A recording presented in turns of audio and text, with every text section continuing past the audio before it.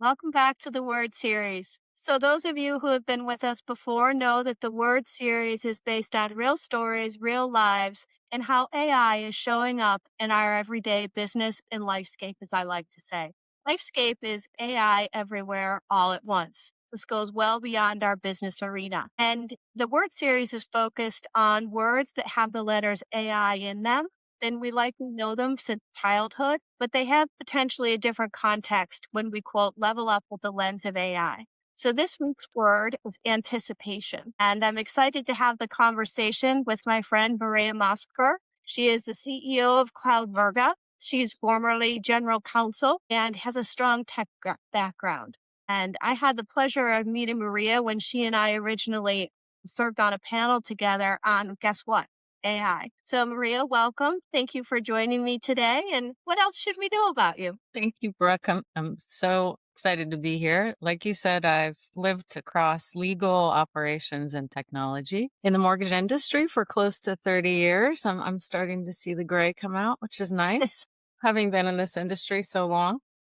I think for me, the most important thing is reducing friction throughout the mortgage process and providing value through technology. So those Yeah, are things that I'm very passionate about. I love that. So let's dig in. So when we talk about the word anticipation in relationship to AI, what comes to mind? The first story or moment that you think of? I think about it in two ways. For me personally, tying back to what I said, I'm anticipating the adoption of AI in our industry because so much has happened in the space even this year in AI. But the changes are very, very rapid. And then when I think about it in the mortgage space, it's about how do we create a better borrower experience so that what can AI do to help guide the borrower so that the loan can get done easier, right? It's not about replacing humans or replacing decision making. It's just about bringing certainty to the process with the borrower and making it happen earlier. That's how I think about it. I think that's a great perspective, and it's a poignant one as well, especially as individuals outside. We as people outside the industry are seeing AI influence our day to day life all the time, and we're so accustomed to the immediacy of things. And how then do you think we might be able to use AI to provide a better experience, but also, excuse me, you and I have talked often about responsible AI and some of the guardrails that may need to be put in place because of the technology and or the information that's going back and forth. How are you addressing that in the context of the user experience? All very important questions. From a guidance perspective, from an ethical perspective, AI needs to be implemented carefully for sure, right? But there are amazing ways to use AI to guide the borrower, right? Predictability in the process, meaning, okay, why are you doing this step? Instead of presenting them with this overly complex process that we've had in this industry for many, many years, and just helping them to understand why they're doing this, what's happening next, right? Creating more certainty in the process. I think where you run into risk using AI on the front end and or back end, any of the kind of deterministic situations is you need to have a very documented framework on how you're making those decisions, even if you're using AI, right? So I would think about AI that adding value on the front end in terms of kind of the timing, reducing the friction, right? Creating more certainty, giving them guidance. Again, not replacing the humans. And obviously giving an opportunity for a loan officer to step in at any point, right? Or a loan officer's assistant. There should be kind of a toggle between that automated and manual process in my. Well, I think you bring up a great point there as well, to the extent that each family or each circumstance can be different. And while someone may be willing to start an automated process or some version of technology process, and it could get to a point readily where they say, no, I want to exit out, right? Like I want that human. So I know you spent time building new infrastructure to be able to deliver solutions and great user experiences. Tell us a little bit about how you've taken what you've shared and put it within your platform? So we use AI in-house quite a bit on the development side and on the QA side. We were very thoughtful about how we used it in the platform, and obviously we're still building and enhancing the platform, so we will think of other ways to include AI. But we polled consumers and we had an advisory panel of lenders. And there was at the time that we were building, which was a year ago, there was a lot of hesitation around AI, right? Surprise, surprise. Consumers said they didn't want to use AI in the process, but I think that's all changing very, very fast, right? And people are starting to see the benefits from using AI. Again, it's not replacing decision making or judgment. It is facilitating that process to happen earlier. I think in the past, we've always had this long process about the mortgage loan application, right? Meaning all these things had to happen a certain way and very differently at different shops. If you Right. can bring some of that forward to help the borrower not be confused, to upload the right documents, to understand what's happening next, I think you'll have much more success, right, using automation and AI. And a couple of points you hit on there is number one, the speed with which things are changing, right? Yes. That if it's, I think that's it. It to me, that's one of the underlying pieces of the evolution of AI.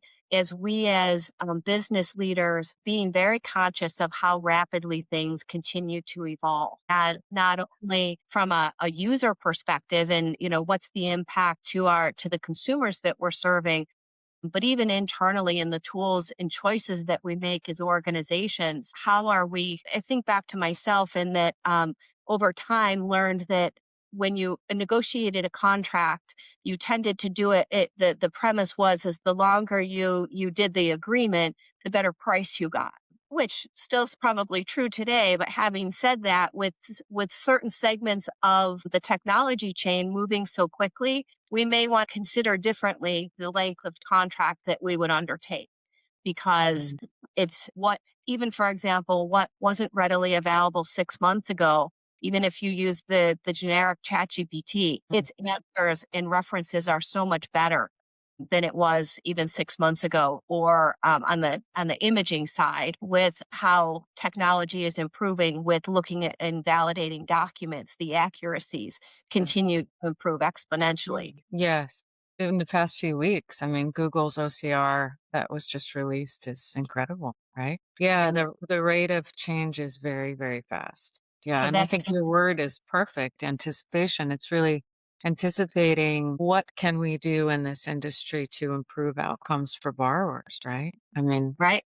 Right. Well, and I always appreciate, like, literally every time we talk, you are so singularly focused on that borrower experience. And not to say that you don't pay attention to all those other details that add up and come into play there. But I think when you are singularly focused on what's the outcome for the borrower, ultimately that has to have a benefit to those that are using your service. How do you think AI is shaping not only our business world, but our lifescape?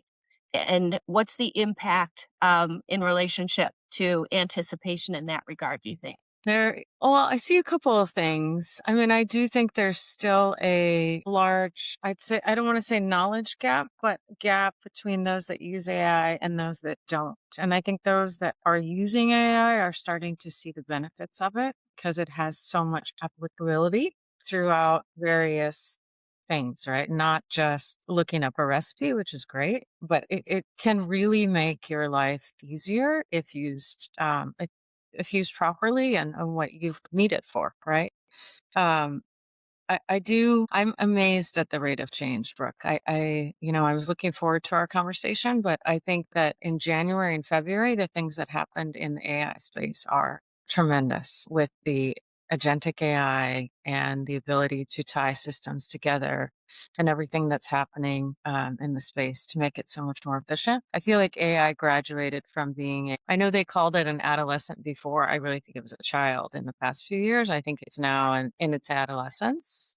And the rate of change, the pace of change is tremendous. And it's important for us as an industry to think about how we can use the tools that are available, obviously with guardrails, right? But to make this a better process. Well, and have no doubt that with people like yourself who are constantly focused on it, that and the more we speak, right? You and I have had the opportunity to speak together a couple of different times, and just how do those things play together that we need to be that voice and how even I think one of the other shifts that's taking place, you mentioned the knowledge gap and those who use or those who may not. I think that's true whether it's in our personal lives or even a professional component of things. I say often we have to level up with the lens of AI. Well, what does that mean? Well, it means that, of course, we have dependencies on our stellar IT and compliance Sure. individuals within our organizations. But as leaders, we need to understand more deeply how these technologies are continuing to rapidly evolve and what exactly does that mean? Because in doing that, that helps us be more strategic and more visionary on not Yes. simply overlaying AI to an inefficient process to begin with, but understanding what can be different, what might be moved earlier in the process. But it's then those business dynamics of if we move certain things earlier in the process, well, wait, does that trigger a cost implication that doesn't exist until later in the process today? So again, it's not a one size fits all, but it is a greater awareness of how things can be done differently. As I say, we can reimagine with AI as well. I couldn't agree more. I think it does require a shift in thinking in terms of even restructuring the tasks that we do. Like you said, overlaying AI on a highly inefficient process is not going to necessarily make that process better. It might speed it up, but you're not going to have cost savings or real improvement at the end of the day. So it's thinking about how to restructure the tasks themselves. Ultimately, in the future, I think in the next, I don't know what you think, 3 to 5 years, maybe 10, organizations will need to restructure the format of the organization, right? The way that teams are Absolutely. structured, the way that teams do work can be much more efficient if used with AI. And I think you will start to see some of this agentic co-work that'll be part of the team. And I'm excited to see that. That's the anticipation. Yeah, I love that. Yeah, that's actually, I almost want to end there because that was so good. But wait, we don't want to end quite there. So, I always try and end on something fun. Talk to us about how you've used AI, whether it be in your personal and business world, that you've just found that, hey, that really helped me, or this was really cool. I personally use it a lot. I have a lot of medical genetic gifts and some inherited ones recently, and I use it a lot for that. And it's been so helpful just because that is a kind of a playbook, right, of what you need to do, which blood tests to get, which things to ask physicians, et cetera. It's fantastic. And then the other thing I use it for is I use my husband as a guinea pig a little bit, and I got him the Does he Meta know? glasses. He loves them. He loves them, and I get to watch how he's using them, what he's using them for, and they've been so helpful for translation, for looking things up, and, they're great. I love that. I have a friend who wanted me to get a pair, and I was like, "Oh, I don't know. It just feels like odd that someone would be or something would be like right here." So I need to go test them out myself. Yes, Now no. you might have Yeah. encouraged me to do that. He loves them. He's had them for almost a year. Early adopter. See, look Early at that. adapt. That's right. Well, Maria, thank you for being with me today. We always appreciate your insight and thank you for being so focused on what can we deliver from a user experience because at the end of the day, it's the communities that we serve that allow us to do what we do. So I thank you very agree. Well, thank you so much for having me on. I really enjoyed it.